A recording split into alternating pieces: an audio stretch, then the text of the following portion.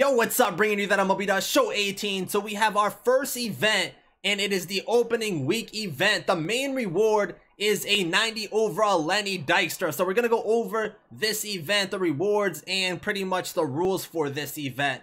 So right now, you have to get 35 cumulative wins to get the 90 overall Lenny Dykstra, and it's not a bad reward. It's a 90 overall diamond. If you remember last year in the first event, we got an 87, I believe it was, Jason Giambi. So just from that perspective, getting a diamond player in the first event is not bad, even though it might not be the player that everyone wants. But for cumulative wins, at 35 wins, you obviously get the Lenny Dykstra card. At 20 wins, we get an 80 to 82 overall live series gold. At 10 wins, we get a 75 to 79 live series silver. And at 5 wins, we get a 64 to 74 bronze player. So I don't know why they kind of capped off these ratings instead of letting it be like any gold player. I think they just did it for gold players, right? Yeah, silver and bronze is normal, but gold players, they didn't let us get up to 84, which doesn't really make any sense. Same thing for the diamonds. They didn't let us get like a player like Trout.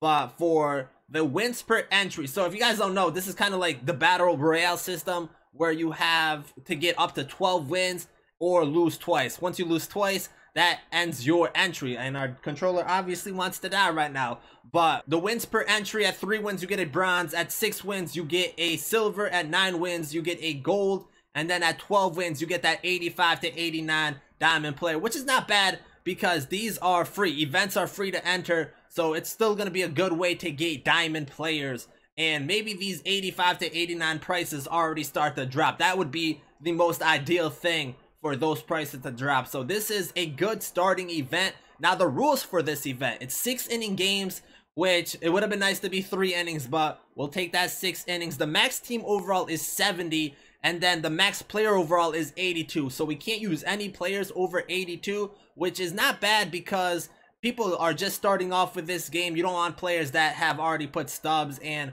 maybe grinded the game out more to have that advantage, especially early on in the game. So 82 I think is fine. And then of course entry resets after 2 losses, free to re-enter. So I was looking around, and I guess there is additional info. They didn't show anything here yet, but quick counts are on for some reason, and guest pitch is on. So not really sure how I feel about that, but that definitely can affect the game a little bit, especially guest pitch being on. Quick counts, it's just gonna make the game a little bit faster, but depending on the situation, it could put you in a disadvantage or in an advantage. So that, I'm not really a fan of that, to be honest.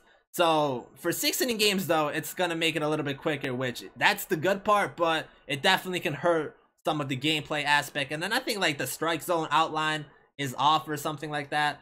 So that's kind of interesting. Now, you can't see this card right now in the market, but I did find a screenshot, and I'll show it to you guys real quick. We'll remove this. So this was from a stream, and this is what the stats are looking like. So we have 93 contact versus righties, 81 versus lefties, 71 power versus righties, and 55 versus lefties, 96 vision, 125 discipline with 103 clutch. And then for fielding, we got 73 fielding, 68 arm strength, 67 arm accuracy, 77 reaction, and then 75 speed. So he has pretty good contact numbers, power numbers are okay. Discipline is maxed out, but I don't really feel like discipline matters that much in online gameplay. And then clutch is not bad. Fielding is okay. Speed is okay. He's an outfielder.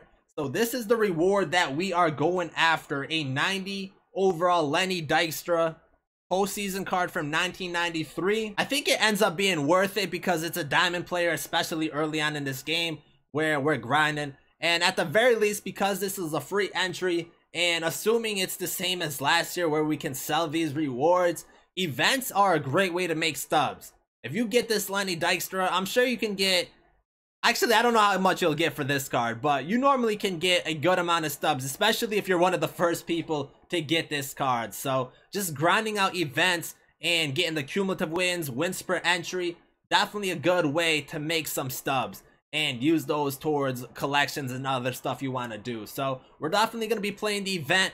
I might try to stream this sometime this week. I don't know when I'm gonna, I gotta set things up, but we definitely will be streaming sometime soon, and events will be a good time to do that. I didn't even mention this, but the event is from March 27th to April 10th. So we got 2 weeks to do it, which is plenty of time to get 35 wins and get this reward. So we'll see how this goes. Let me know what you guys think about Lenny Dykstra being the first event reward, and if you guys are going to be trying to grind this out. I would say you should, just to try getting stubs at the very least.